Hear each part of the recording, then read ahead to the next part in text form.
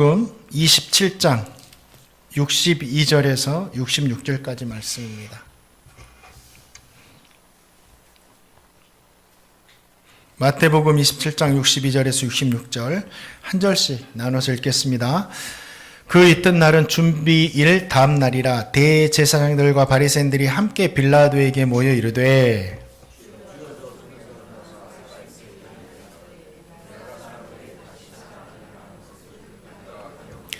그러므로 명령하여 무덤을 사흘까지 굳게 지키게 하소서. 그의 제자들이 와서 시체를 도둑질하여 가고 백성에게 말하되 그가 죽은 자 가운데서 살아났나 하면 속임이 전보다 더 클까 하나이다 하니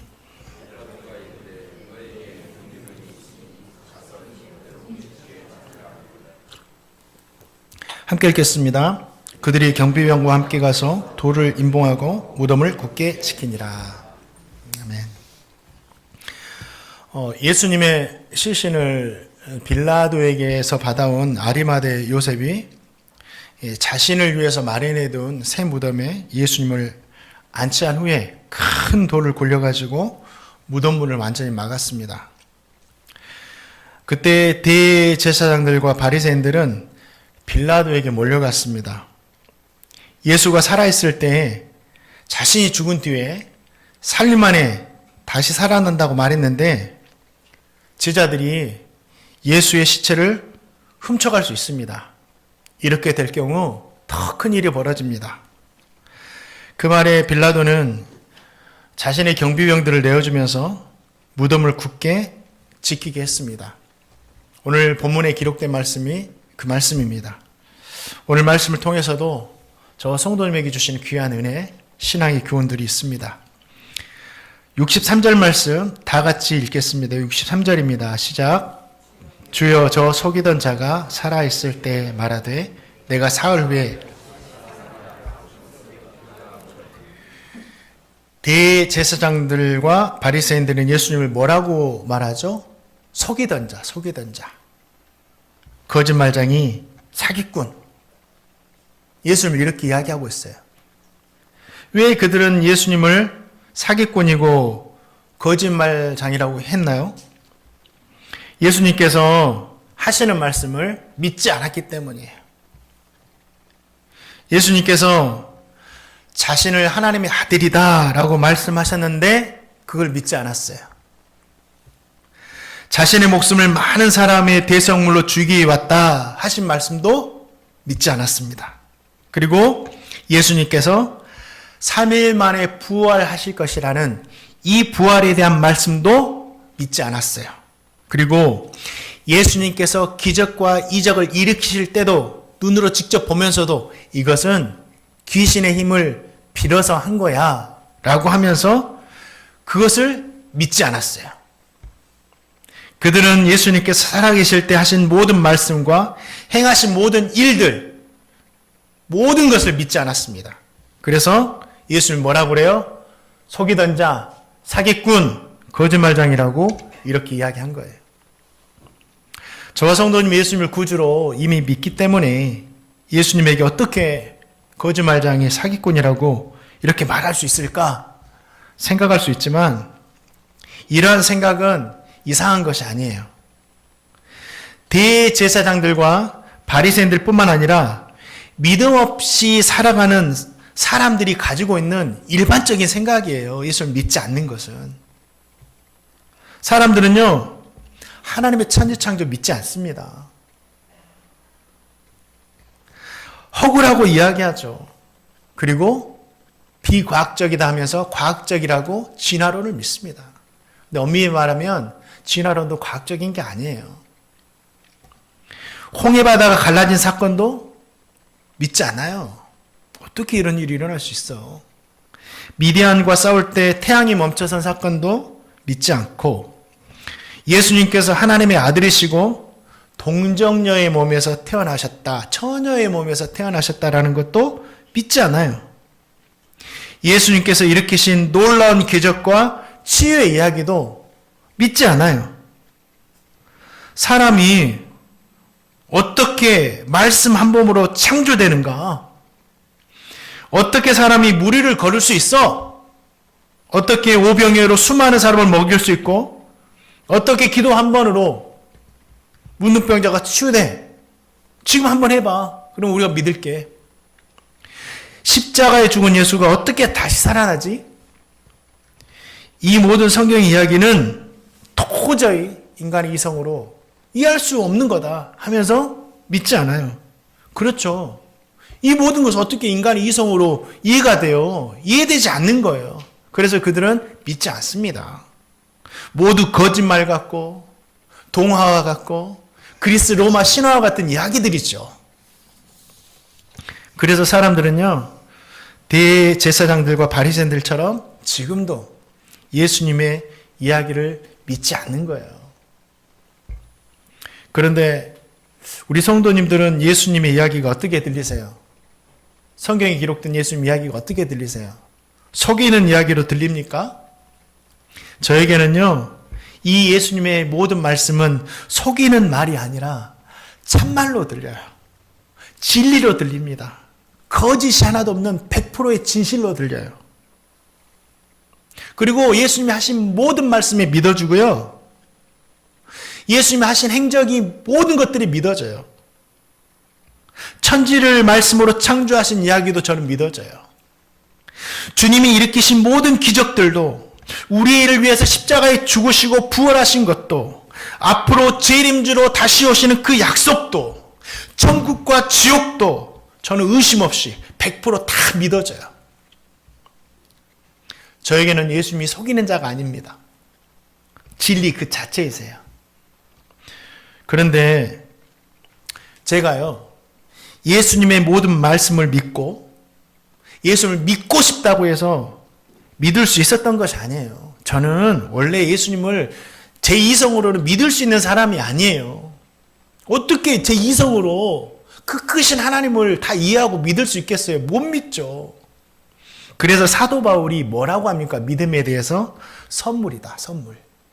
이 믿음이 너희가 믿고 싶어서 믿은 것이 아니라 하나님께서 주신 선물이라고 말합니다. 이것이 너희에게서 난 것이 아니라 하나님의 선물이다. 하나님께서 저에게 이 믿음이라는 것을 선물로 주셨기 때문에 제가 믿는 거예요. 믿음도 하나님께서 주셔야지만이 가질 수 있는 겁니다.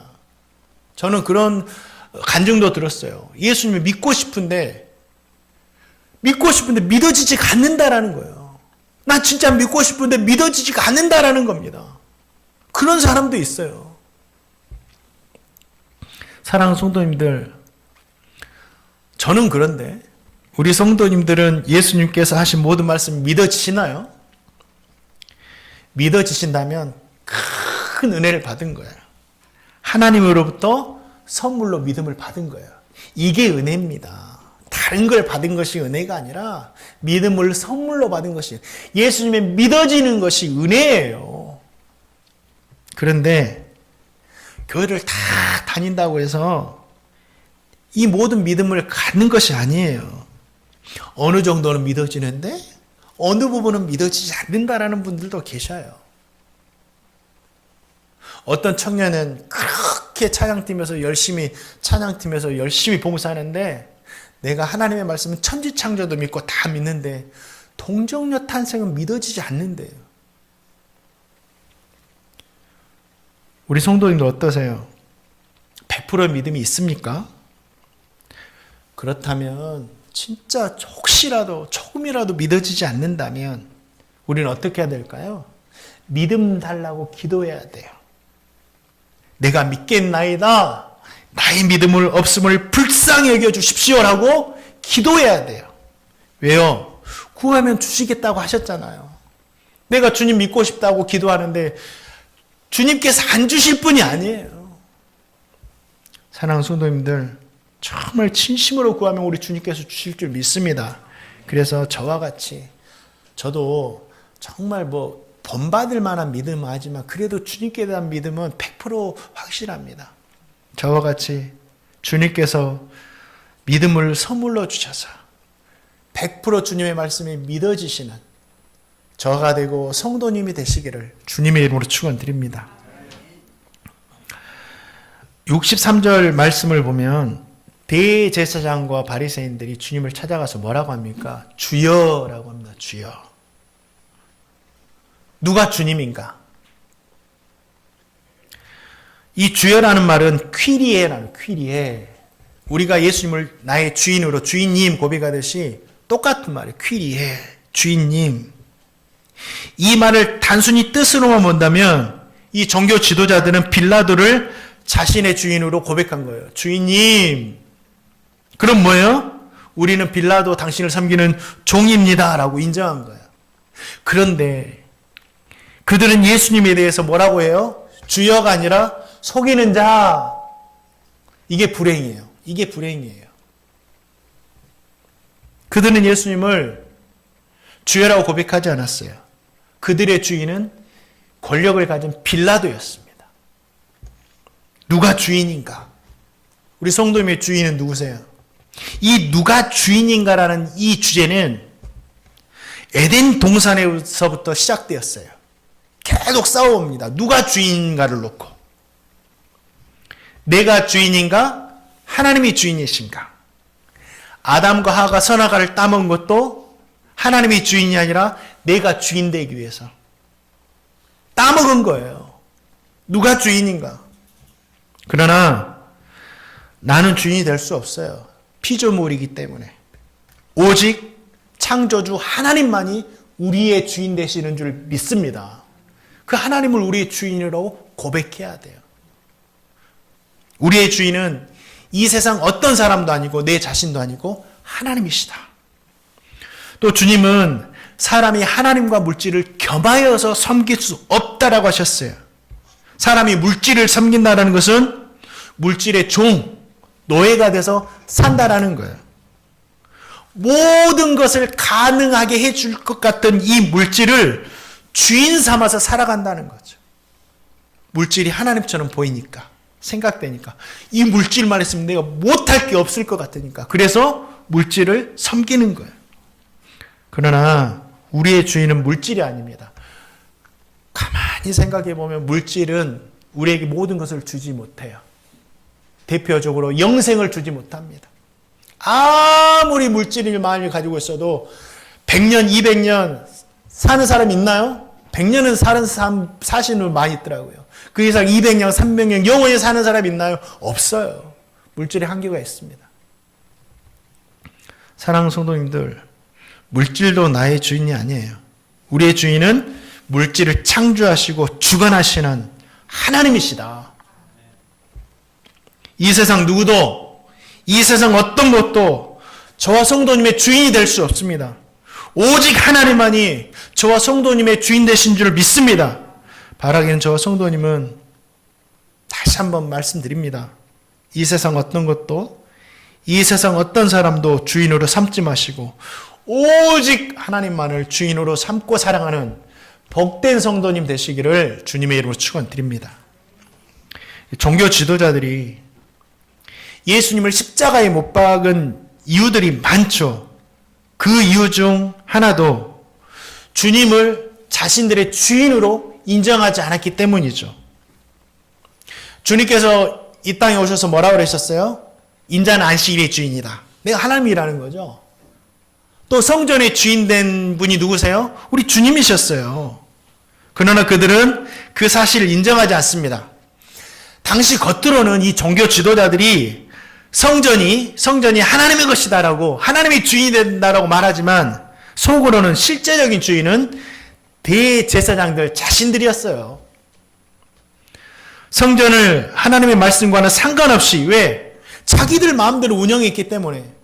이 성전을 하나님의 말씀대로 운영해야 되는데 자기들 마음대로 운영하는 거예요. 자신들의 배를 불리기 위한 돈벌이 수단으로 이 성전을 사용한 겁니다. 대제사장의 자리마저도 우리가 그동안 배웠던 대로 돈을 주고 사고 판 겁니다. 성전의 주인이 누가 돼버렸어요? 그들이 돼버렸어요. 성전의 주인이 돼버린 이 종교 지도자들을 보면서 저는 한 가지 질문을 합니다. 성전이 이 시대는 뭐라고 말할 수 있죠? 교회죠, 교회. 그렇다면 우리 행복누리 교회의 주인은 누구인가? 우리 성도님인가요? 성도님이 마음대로 막 할 수 있나요? 목사가 주인입니까?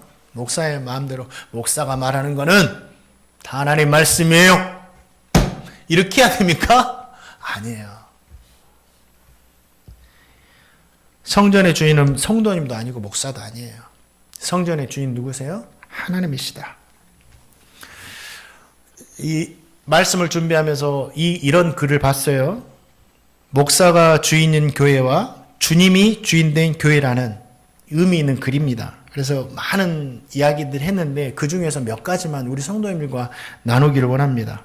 우리 성도님들이 이 글을 잘 듣고 마음에 새기신다면 우리 교회는 그 누구도 주인 되지 않고 오직 하나님만 주인 되시는 건강한 교회가 될 수 있을 거라고 믿습니다. 목사님이 주인된 교회는 목사님이 세웠다고 여김으로 세습을 당연시 합니다. 그러나 주님이 주인된 교회는 주님이 세우셨기 때문에 온전한 종을 후임으로 세우게 당연시 합니다. 우리 교회는 이런 부분에 대해서 주님이 주인 되셨나요? 목사님이 주인 되셨나요? 물음표를 쳐보시고 곰곰이 생각해 보시기 바랍니다. 그리고 이 부분에 대해서 제 자신도 그렇고 떳떳한 것이 없다면 저는 또 회개해야 되고, 목사님이 주인된 교회는 목사님들의 제자로 넘쳐납니다. 그러나 주님이 주인된 교회는 예수님의 제자로 넘쳐납니다. 그렇죠? 저는 제 제자를 만들기 위해서, 제 성도를 만들기 위해서 교회를 섬기는 것이 아니라 우리 모든 성도를 주님의 제자 만들기 위해서 세우는 거예요. 얼마나 감사합니까? 우리 교회는 큰 교회를 이루기 위한 꿈이 있는 것이 아니에요. 몇 분 모이셨지만 한 분 한 분을 진짜 주님의 제자로 어떻게든 만들어야 되겠다 기도하고 있습니다.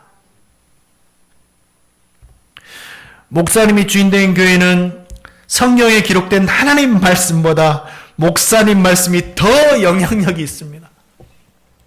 이거 정말 분간 잘 하셔야 돼요. 그러나 주님이 주인된 교회는 성경에 기록된 하나님의 말씀을 절대적인 영향력으로 삼습니다. 교묘하게 하나님 말씀 이용해서 목사님들의 뜻을 주장하는 분들이 있는데 이것도 잘못된 거다. 표면적으로는 하나님의 말씀이면 그게 하나님의 말씀이 아니다. 우리 성도님 깨어있어서 분간 잘 하셔야 돼요. 목사님이 주인된 교회는 목사에게 잘 보이는 사람들로 넘쳐납니다. 성도들로 넘쳐납니다. 그럼 목사님들 얼마나 좋겠어요. 편하고. 그러나 주님이 주인된 교회는 하나님께 잘 보이는 사람들로 넘쳐납니다. 우리 성도님들은 하나님께 잘 보이시기 바랍니다. 진짜 하나님께 잘 보이세요. 그게 하나님께서 세우신, 저는 하나님의 종이에요. 저는 성도님들의 종이 아닙니다. 하나님의 종이에요. 그렇기 때문에 우리 성도님들 저를 존중하는 거예요. 제가 누구 종이기 때문에? 하나님의 종이기 때문에. 정말 하나님께 잘 보이세요. 하나님께 잘 보이는 것이 저에게도 잘하는 겁니다. 근데 반대로 저에게 잘하는 것이 하나님께 잘하는 것은 아니에요. 저에게 잘하는 것이 하나님께 잘하는 것일 수도 있는데 100%는 아니에요. 그러나 하나님께 잘하는 것은 하나님의 종된 저에게 100% 잘하는 겁니다. 꼭 기억하세요. 목사님이 주인된 교회는 교회의 중심이 목사님이지만 주님이 주인된 교회는 교회의 중심이 누구겠어요? 하나님이시죠. 사랑하는 성도님들, 우리 행복누리 교회의 주인은 목사님도 성도님들도 아니에요. 오직 우리 하나님만이 주인 되신다. 그렇죠? 바라기는 우리 행복누리 교회가 주님 다시 오시는 날까지 하나님께서 주인이 되시는 교회로 남게 되기를 주님의 이름으로 축원드립니다. 너무 감사하다. 하나님이 주인 되시는 교회에 얼마나 감사해요. 자, 마태복음 27장 64절도 같이 한번 읽어보겠습니다. 64절입니다. 시작.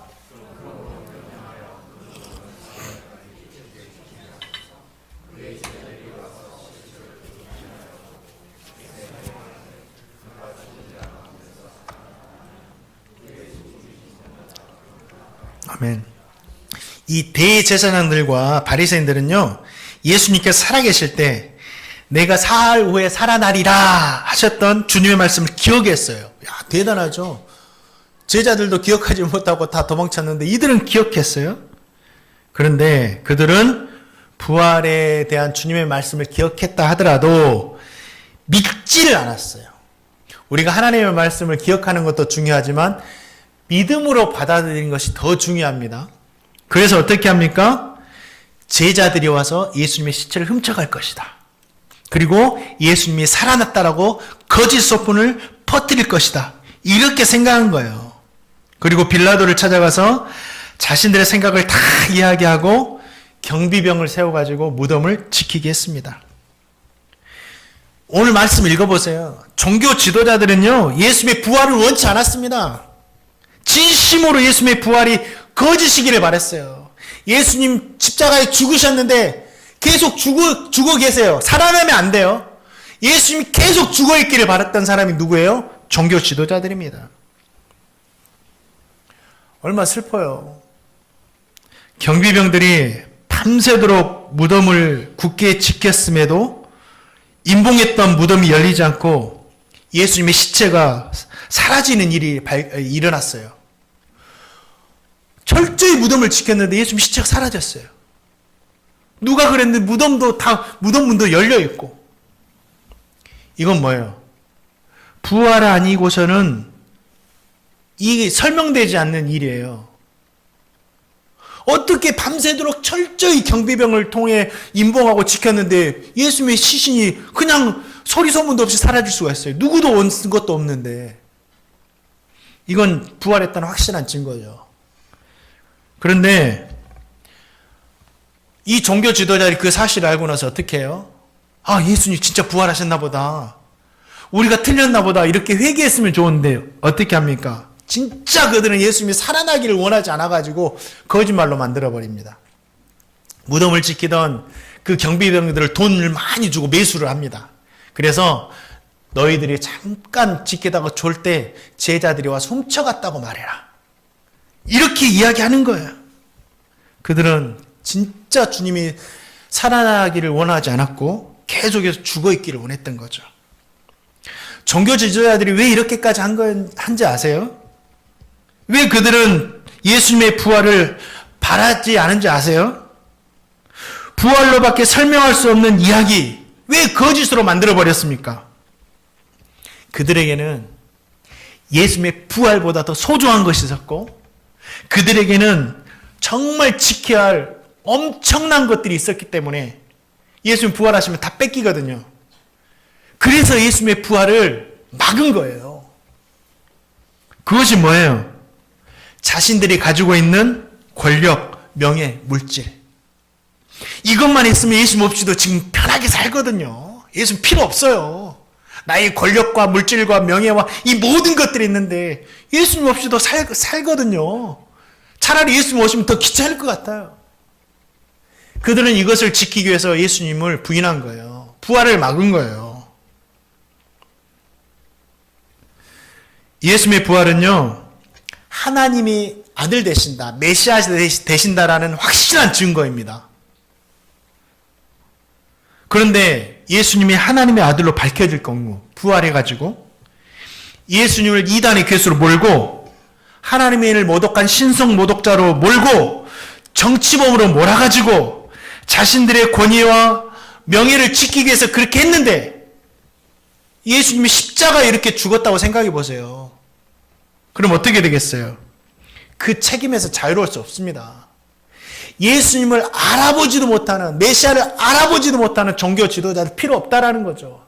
예수님이 부활하시면 그들은요, 순간 가지고 있는 모든 것을 내놓아야 했어요.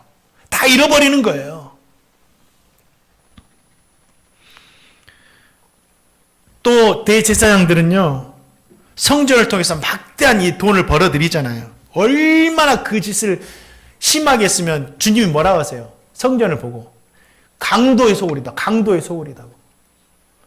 칼만 안 든 강도가 돼가지고 모든 이스라엘 백성들의 돈을 탁 빼앗는 거예요. 종교라는 이름으로. 그 모든 것들도 예수님께서 뭐라 그래요? 살아계실 때 막 못하게 하시면서 너희가 하나님의 집을 강도의 소굴로 만들었다고 해서 장사도 못하게 다 엎으시잖아요. 부활하신 주님 어떻게 하겠어요? 아예 하지 못하게 하시겠죠. 그들은 자신들이 가지고 있는 이 권력, 명예, 이 물질을 지키기 위해서요. 이것이 예수님보다 더 소중하니까 예수님 필요 없는 거예요. 그래서 예수님의 부활이 일어나지 않기를 바랬고 막았던 겁니다. 그런데 이것이 종교 지도자들만의 이야기가 아니다니까요. 우리 성도님 심각하게 생각해야 돼요. 누구라도 예수님보다 더 소중하게 생각을 가지고 있으면 주님 반기지 않습니다. 생각해 보세요. 우리 성도님들에게도 없지만 제자들이 그래요. 우리는 주님 다 없었는데 주님 따랐어요. 너무 좋아요. 없으니까 따랐죠. 부자 청년은 너무 가진 것이 많아서 주님 뒤 돌았었잖아요. 우리에게도요, 가진 것 많으면요, 주님 딱 오신다고 할 때, 주님 잠깐만요! 잠깐만요! 아직 이거 다 사용하지 않았다고. 주님 잠깐만 있다 오실래요? 지금이 좋으니까. 지금 나에게 있는 모든 것을 쓰지도 않았는데 어떻게 합니까? 이게 좋은데. 주님 지금 오시면 안 돼요. 우리도 이렇게 될 수 있어요. 주님보다 더 소중한 것이 있으니까. 주님보다 더 귀히 여기는 것이 있으니까. 이 종교 지도자들의 모습이 그들만의 모습이 아니에요. 우리의 모습이 될 수도 있는 겁니다. 사랑하는 성도님들, 우리 성도님들에게는 주님보다 더 소중하게 생각하는 것들이 있으십니까? 없어야 돼요. 주님보다 더 소중한 것을 내가 가지고 있다. 이건 저주일까요? 축복일까요? 저주예요. 주님을 거부하게 만드니까. 주님보다 소중하게 여기는 것이 얼마나 값진 거겠어요. 얼마나 좋은 거겠어요. 이 땅에서. 그런데 그것은 우리에게 축복이 아니라 저주가 됩니다. 주님을 거부하게 만드니까. 사랑하는 성도님들, 무엇을 가지고 계시든지 어떤 사람과 함께 있든지 그 어떤 사람도 나에게는 무엇도 주님보다는 소중하게 여기지 않게 되기를 주님의 입으로 축원드립니다. 주님을 가장 소중하게 여기세요. 주님을 가장 소중하게 여기세요. 그 사람이 주님 오신다 할 때 판겨 맞을 수 있고 끝까지 주님 따를 수 있는 거예요. 주님보다 소중한 것이 없으니까. 주님보다 소중한 것이 있으면 안 돼요. 정말 안 돼요. 우리 66절 말씀도 한번 보겠습니다. 읽겠습니다. 시작.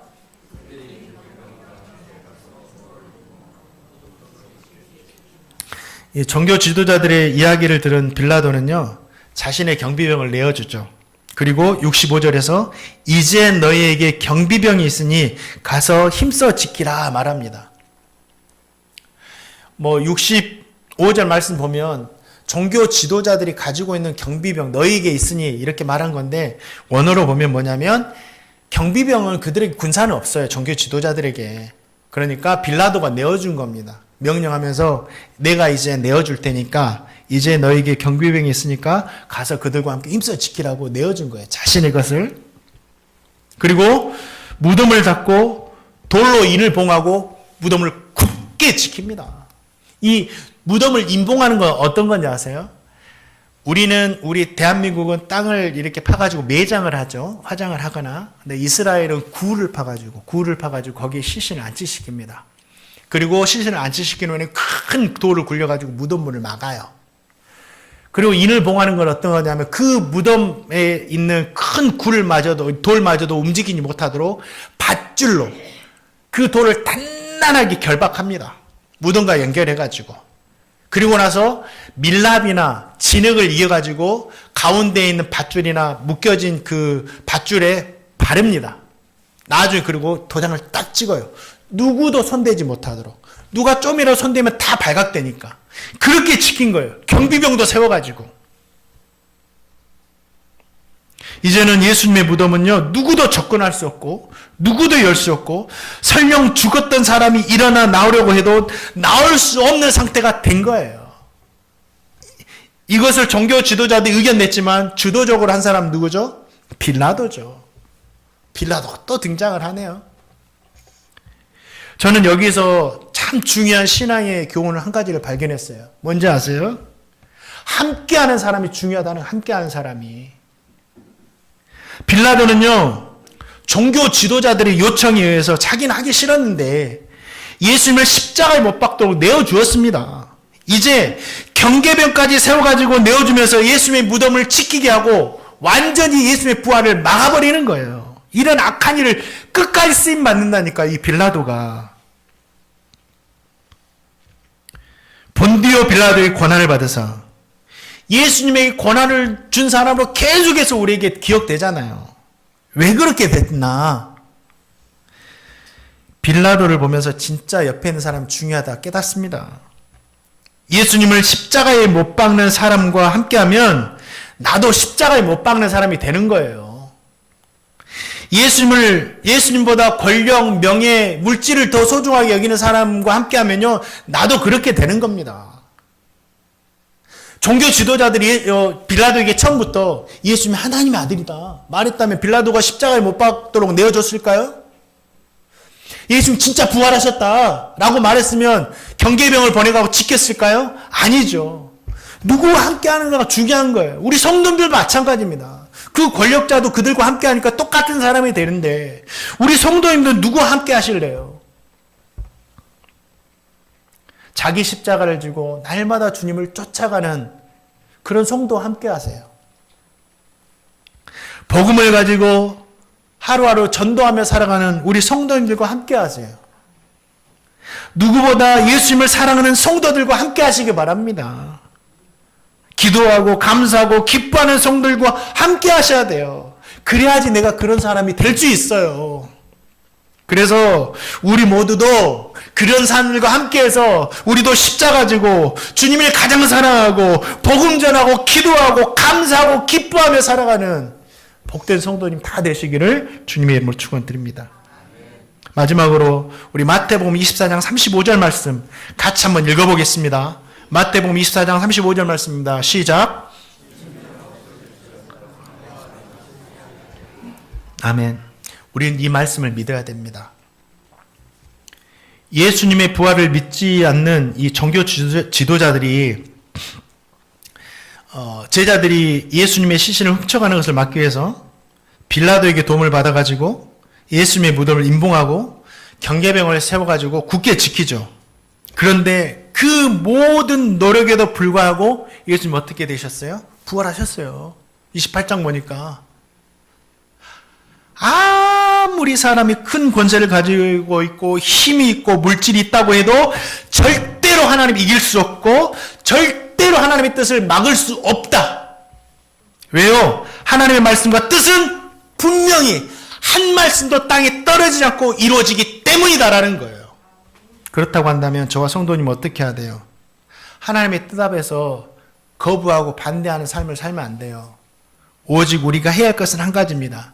하나님의 뜻은 우리가 막아도 막을 수가 없는 거예요. 오직 하나님의 뜻에 순복하는 것이다. 그것이 가장 지혜로운 사람이에요. 나에게 좀 피해가 있을 것 같아요. 내가 이 말씀에 순종하면 내가 주님의 부활을 이제는 어쩔 수 없어라도 순종하면 명예, 권력 이 모든 것을 잃어버릴 것 같아요. 그래도 순종해야 된다. 하나님의 뜻을 막을 수 없으니까. 저와 성도님은 하나님의 뜻을 거스르는 사람이 아니라 하나님의 말씀을 믿고 하나님의 말씀에 순복하는 그런 성도님들 되시기를 주님의 이름으로 축원드립니다.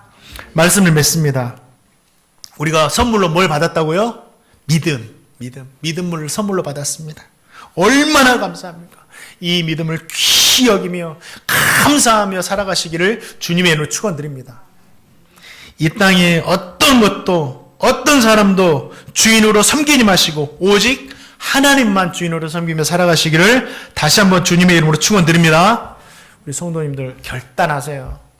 이제부터는 주님보다 소중히 여기는 사람 없어야겠다. 주님보다 소중히 여기는 어떤 것도 다 없어야 되겠다. 있다면요 과감하게 버리세요. 버리세요. 길거리에 딴 버리지 마시고 교회에 버리세요. 교회에 버리시고 그래야 됩니다. 그래야 정말 주님 사랑할 수 있습니다. 주님만을 가장 사랑하며 사랑하는 제가 되고 우리 성도님이 되시기를 주님의 이름으로 축원드립니다. 우리 이 시간